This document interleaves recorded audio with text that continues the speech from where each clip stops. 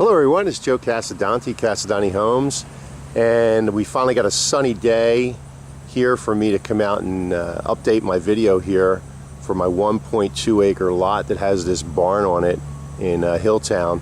I'm actually standing on the New Britain side of the road, and the other side is Hilltown.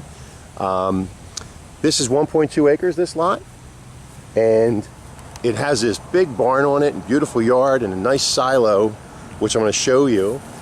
And what I plan on doing here is taking the barn down, and we're going to save some of the elements in the barn, some of the beams and different things. But one of the things I'm going to do when I build a new house here, I plan on taking this front stone wall here and leaving the stone walls intact.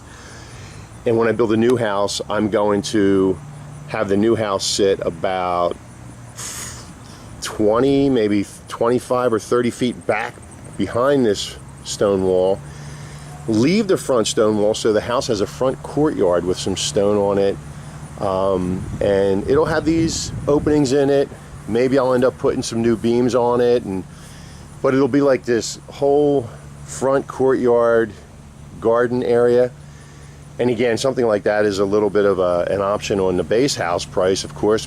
People can spend as much or as little as they want. Coming around here, left side of this lot,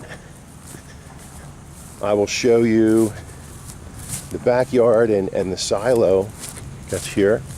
So it's got a really nice backyard, really nice. Nice dirt. I think there's good soils here. And this is this silo. And I love this thing. I'm going to keep it intact. So I'm going to remove the barn, and the front of the house might start here. If this was the left front of the house, and this would be the courtyard out front, this is where the new house area would go. And this would be when you came out on your back patio, porch, deck, whatever we end up doing, this would be off to the corner of it, connected to it, and this silo would stay in place. We would do the roof again, tear the roof off. I had thought about possibly lowering the silo to here, and then building like a portico type roof with some rough sawn beams all the way around it, putting a new roof on it. And when I get around to the other side of this thing, I'll show you there's a hole in there, an opening where we can actually make the opening so you can actually almost have it like it's like an enclosed gazebo kind of thing off your deck. A lot of possibilities, a lot of possibilities. Then over here, these detached buildings, I'm probably going to end up taking one of them down and leaving the other wall, taking it all down and leaving the foundation for that as a detached situation for the future. If we rebuild a house, it'll have a 2-car or 3-car garage. It'll also have this detached building over here. So this will be away from the main house, and kind of you'd have your driveway and turnaround. And in the future, that slab can be a little carriage house. It could be something that people want to add later. This would be the back of the house here. As I said before, this would be like maybe patio here, deck, patio, or something. The back of the house would end up somewhere in here, and then this would be deck and patio, and then this would be that silo detail that would be out here. And as you can see, when we look at some of this wood, I would save a bunch of these beams, separate them when I took the barn down, use them as an element in the house, maybe do a barn wall, maybe do some exposed beam work. I also make some beams that are new beams that look old. So all of it could be married together.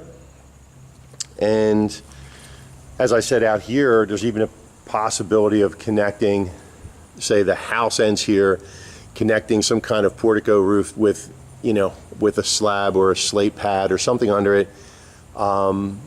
That would just tie this whole, silo into the scene. All right, so now come around here, moving toward what would be the front of the house or front side of the house. The way I see this, where this driveway is right now, I would end up probably coming in, with the new driveway, of course. And as you come in, This would really be the front of the house. Like, there'd be like a front door and a porch, and there'd be a 2 or 3 car garage here. So this would be gone, and then the house would be like here with the garage and then the house. So when you pulled in, you would kind of come up here to this right side. This is now the right side, and the front is there toward the road. This would really be like the main entrance and garages, and you'd have this nice, really nice elevation look here, because I'm going to do a barn style home. And if you're watching this video, there's other videos you can watch of mine, of barn house that I built.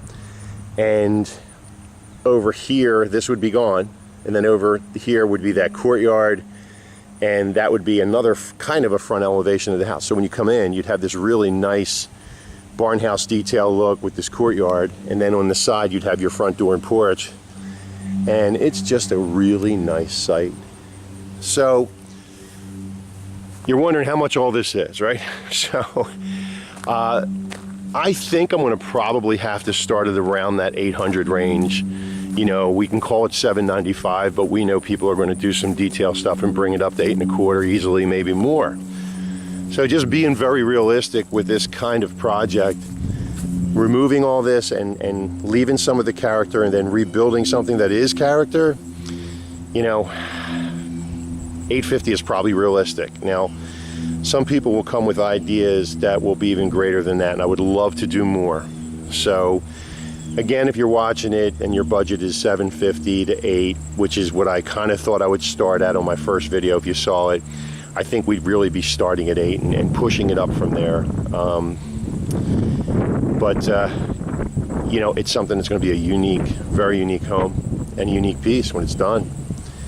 So if I end up speccing this and I don't take an order on it when I do build it, I'll probably do a whole bunch of other stuff. I will finish off that courtyard in the front, and I will do some stuff out back, and I will maybe do something detached. I'll probably keep going with it and go even more. Love to take it to order so that it can be exactly what somebody wants, because when you go out there and do something like this, it is one of a kind, but you have to have the right buyer as well. So there you are. If you're interested, give me a call at 215-768-2303, and we can talk more about it. All right? Have a good day, folks.